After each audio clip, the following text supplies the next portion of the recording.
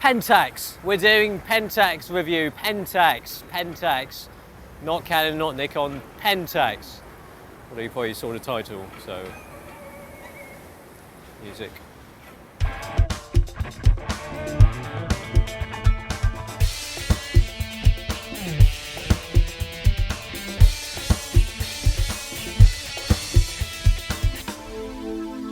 Cameras usually put function over form. We often see these ubiquitous black boxes with plastic and rubber plastered all over it, with buttons put here and there to enhance your shooting experience. So we're quite used to having these amazing tools, but not amazing lookers. There's a cat there. But cameras and designers are two things that aren't exactly things that don't come together. Well, take Nikon and Giorgetto Giaro, sounds like an ice cream. And also these days, cameras do look good. Take the Leica M9 for example, the Fuji X100, and the Olympus pen cameras. So it's no surprise that Pentax have come up with this. Well, the look is different. Unique, yes. In a way that can justifying it being put in display and people with thick plastic framed glasses looking at it and saying, interesting to themselves. Well, this camera, as you may well know, is designed by Mark Newson. Certainly when you get it, you're reminded of it. His name's on the bottom. And when you switch it on, it's gently reminding you that it's designed by Mark Newson by putting it right in your face. So who's Mark Newson? He's a famous designer. Most famous for making a chair for Madonna's music video. Basically, he's famous for having a chair that Madonna's ass was on in a music video. On the chair, not his face. He's got a penchant for making three-legged chairs. But now, he's designed this. And actually, in the flesh, in the camera flesh, it looks actually a lot better than what it looks like on the web. Very solid and quite well built. These bits are really quite nice and metally. Chunky, but really quite nicely made. The buttons and switches have got a certain funkiness to them. Now this takes the K-mount lenses, so it is kind of like an SLR without the mirror. So it is a mirrorless camera, but it isn't small. It is actually quite thick when you look at it. But the thing is, sometimes you have to wonder whether they put form much further ahead than the whole function of it. Take this for example, the mode dial is a little bit out of reach. When you're gripping the camera, it's hardly in the most comfortable position. And then of course you've got this customizable green button, you've got a green and red button. And the red button's a nice position to click. The green button,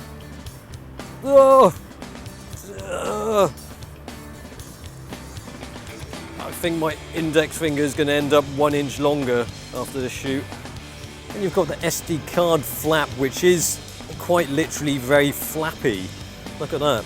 See, it's all rubber there. The thing is, it feels like it is going to snap off any moment. And it just flips about like that. It's quite hard to put it back in. It's like putting earplugs into your ears. They always pop out. You kind of have to stuff it in. It's not like those card flaps which just kind of clicks into place. Whatever.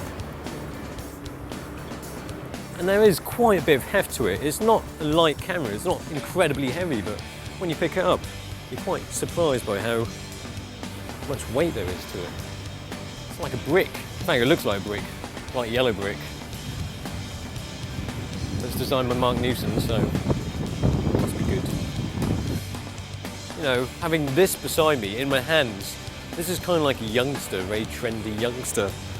And me, I end up being like Locke, basically. So let's get this sorted. It's not working like this.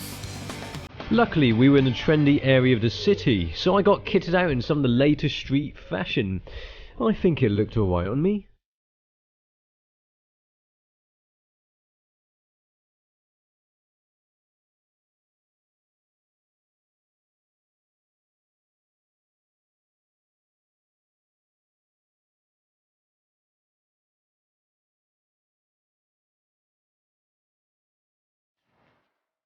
So this has got a 16 megapixel sensor in it. APS-C sensor. So, hello. Checking out my style. Jealous, my Angry Bird glasses. But the thing is, even though it uses the DSLR lenses, SLR lenses, you know, it's K-mount. You have to use the live view because it doesn't have a mirror. These trousers make it feel like you've shit your pants. Well, it looks like I shit my pants as well. Look, can't touch this. Hammer time. As I mentioned before, the mode dial is pretty nice. It's actually quite stiff at times. Although in manual mode, the red button is the movie mode, and the green is P-line. Don't know what that is. Sounds like something you do in the snow with your urine. But the P-line is actually quite handy. What does it do? Well, basically, of course, you have to set your exposure manually. But if you're too lazy to do that, you can just press the green button. It gets your exposure sorted instantly. That's fantastic, if you could reach that in normal shooting. And I've actually got the peaking mode turned on, and it's basically like Sony. If you want a manual focus, well, you've got this little info button here. There's not actually that many buttons here, but it's got an info button here. Brings up some of the features that you might want to use on the quick. And when you look through it, you can see that it's got the colour fringing correction and the distortion correction. Nice little addition. I know why they wear that. It's to make it look like they've got a huge wang. Huge wing wang wong. It's got 6 FPS.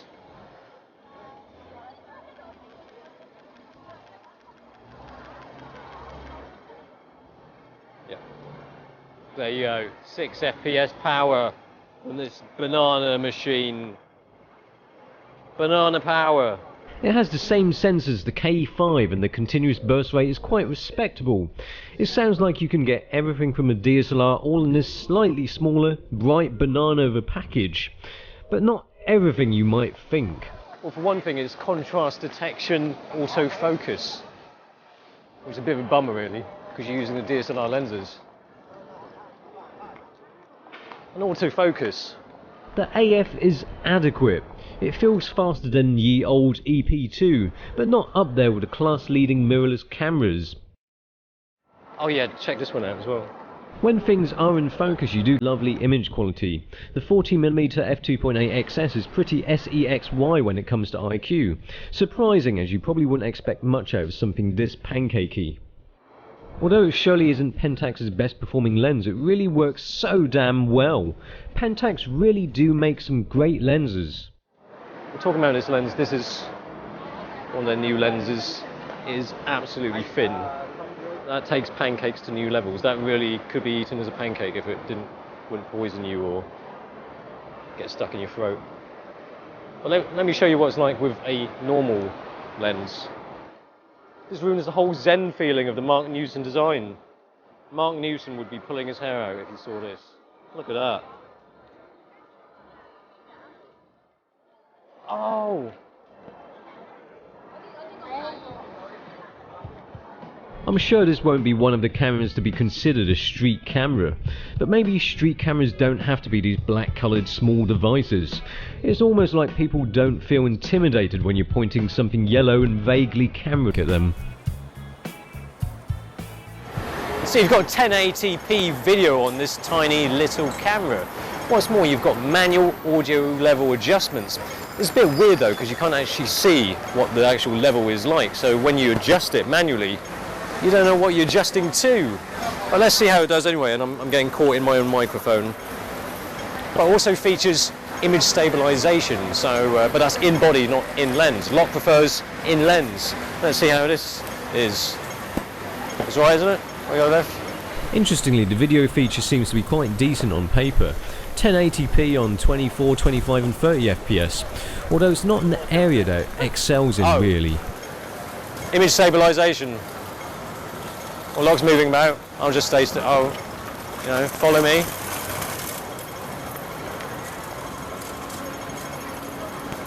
one, isn't it?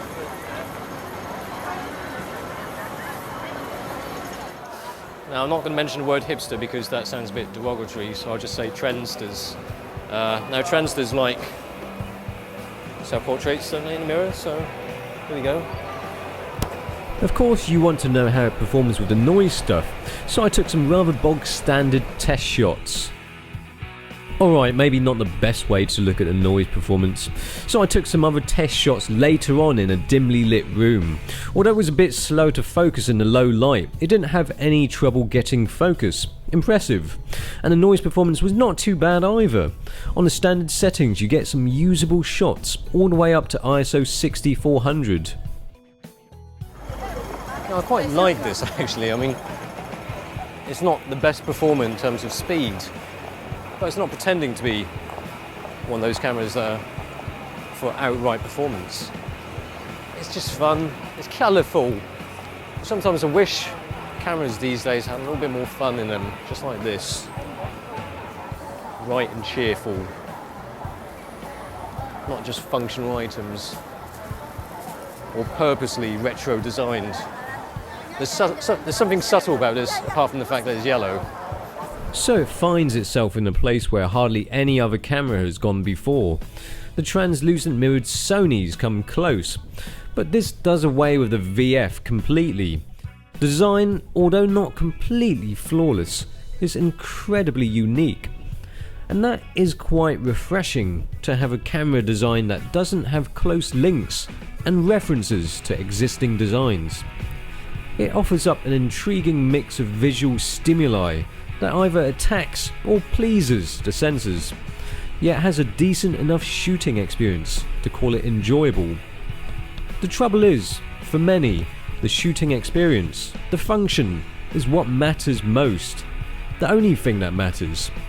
For them, this camera may be a bit loud, but you have to admire Pentax and also Mark Newson for creating something completely out of the box.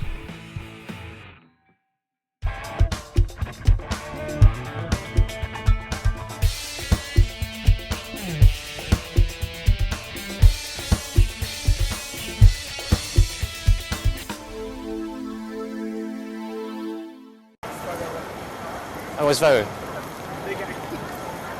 Hello. Photo. Hi, I'm Yeah, watching right. from Australia. My kids are going to fucking hit me. Why? I can't believe you're watching this crap again, they always tell me. Set? Before we get one over. Quick. Beautiful. Cheers. Thank you.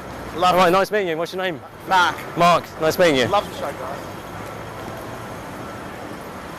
Say hello to the kids.